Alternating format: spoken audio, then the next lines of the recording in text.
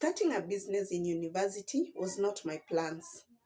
In fact, I did not have any plan at all. However, it is one of the best decisions I've made in my life.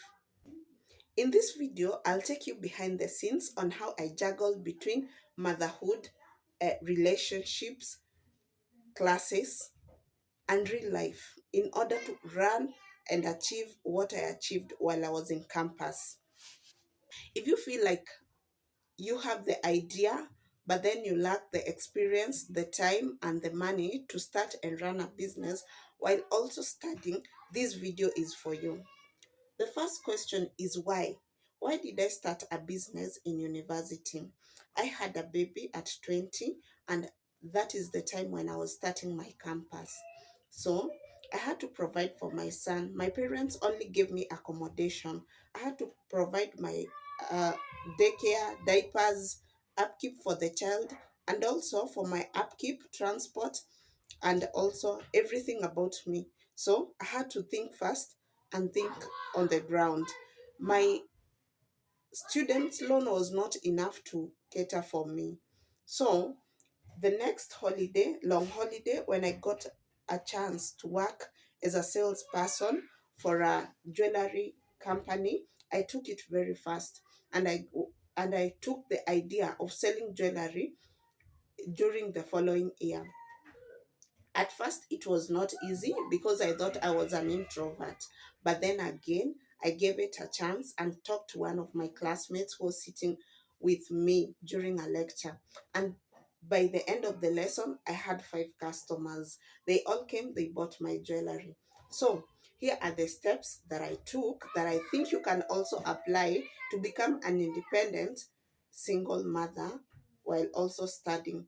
It was not easy. I cannot lie and tell you that it was not that it was easy. It was not, because I had to juggle a lot, and sometimes some areas in my life had to sacrifice for others to excel. So here it is. First of all, I was familiar. Get familiar with the area of business that you want to start. Personally, I was familiar with jewelry because I worked for that company during my long holidays.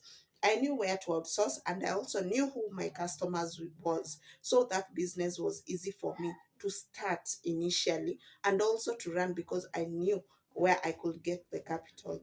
Number two, know your customers. I knew my customers very well because I knew how I wanted to look from head to toe.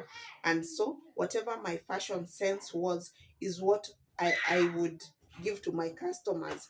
Anyway, this idea worked mostly initially, but with time, I had to adapt to what my customers wanted. And that was like, I'm not a Gothic person, and some of my customers were Gothic. So I had to buy Gothic items to make sure that I go with my customers' needs. One of the biggest things that I experienced is time management. I had to manage my time very well. Remember, I'm a uni student, I'm a mother. I have to go to classes, I have to go to be with friends. I have to make sure that my business is excelling because it meant the world to me. And I can assure you, my classes suffered mostly, especially when the business was picking up.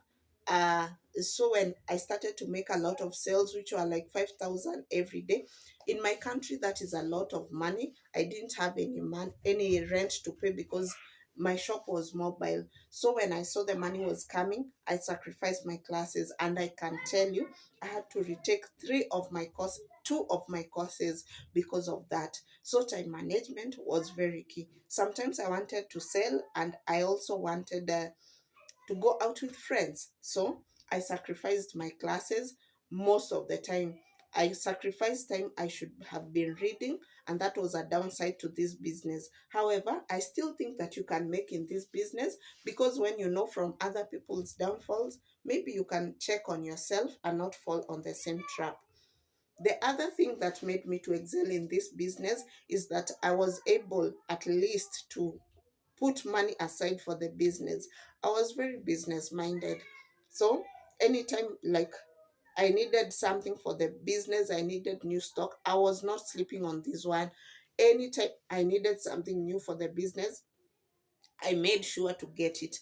I had a small bag for starters, but then as the business grew, I had to get a big bag. I started with jewelry, and with time, I added more jewelry, watches, and what have you, panties, tops. It was a big business anyway. I had a lot of stock. So I bought a bag to make sure that the bag fits everything that I was carrying. Okay.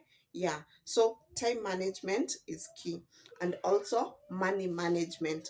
Just because you have money, it does not mean that that money has to be spent. Okay. Sometimes I caught myself on this one a lot because I thought I had money, so I had to spend it, and I was spending money sometimes, especially buying clothes and such things. I wanted to look good, and I was looking good most of the time. But then when you have a business, especially in campus, just because you have money does not mean that the money has to be spent. Be money conscious, be conscious about your spending, check on your spending, and maybe write down on your spending. Another thing that I think can make you excel in business, especially today, look at expanding your business. Do not just go into one thing. Anything that the customer mentions, make sure that you bring an item or two concerning that business, because that is how I grew. When somebody asked me, "Oh, you have panties," I made sure the next time I'm bringing panties, maybe a dozen or two, and that way I was able to grow in my business. So look at expanding your business. One thing that I did that really failed me, I did not look at my business as a real business. I only looked at it as a side hustle. So when I finished campus, I found that I had not developed ways on how I could continue with this business, and therefore it failed when I finished campus because I had not expanded or thought of expanding that business away from students. Okay. Jewelry is what I was selling, and that is something you can sell in many other places. However, in my mind, I thought it is a way of making it or being able to go about my school. So I didn't take it very seriously, and after campus, I didn't pursue the business further. That is one of the things that I regret most, that I failed myself and failed my business while in campus as a business person. One of the most important things now, look at social media. When I was in campus over 10 years ago, social media was not a main thing. However, today you can look at expanding and creating pages for your business, especially maybe like TikTok or Facebook. You look at how you can develop your business and people can buy from you from there. That way, your business is not all about school, is not all about students. You're expanding, you're selling to more people, and therefore, even after school, you'll be able to render services to other people who might not necessarily be students. That is my experience on why and how I started a business and ran a business in campus.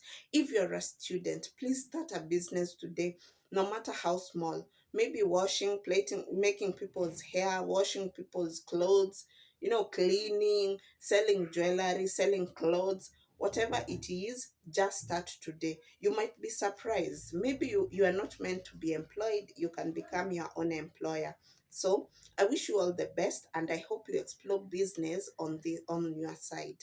Like, comment, and also subscribe to this channel as I bring you more information and more videos of how I have navigated being a single mother in my 20s up to now. From campus all the way up to now, I'm heading to my late 30s. Bye.